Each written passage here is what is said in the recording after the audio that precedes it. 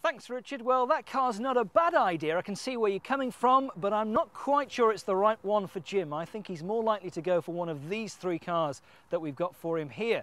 And now it's the chance for him to drive the BMW 330 diesel.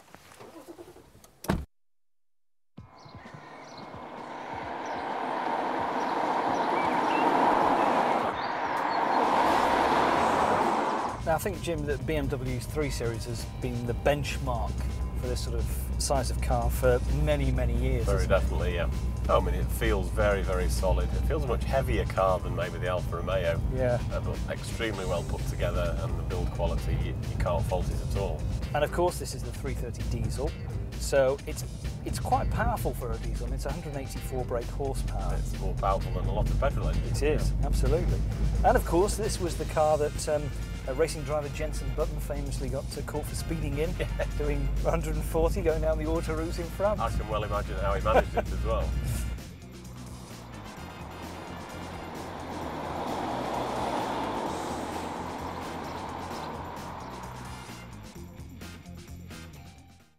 Those Germans, there's no getting around it, they really do know a thing or two about making cars in this class. They know that buyers of this class want bulletproof reliability, they want practicality and comfort, they want 4 doors and a boot, but they also want something else, prestige, style. And in the case of BMW and Audi, that comes in the name, it's full of class.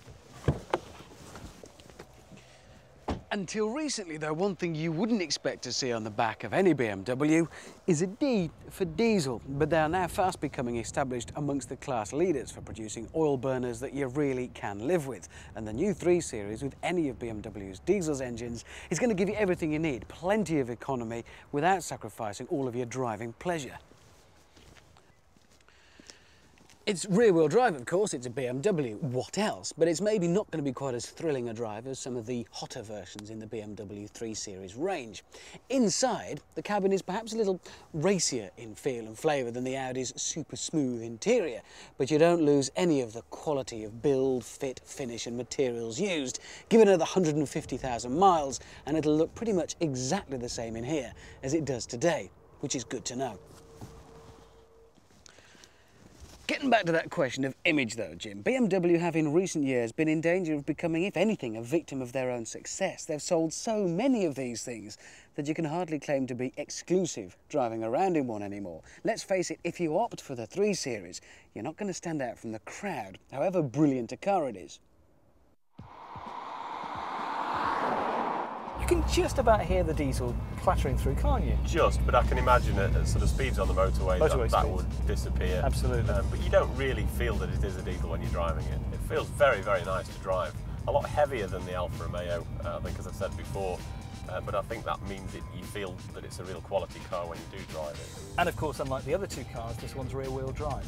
Yes, I mean, I know that one of BMW's advertising things is the 50-50 balance. That's right. And the sort of poise of the car on the road. And yes, it feels very, very comfortable on the road. Going around the bends, it feels very, very nice indeed.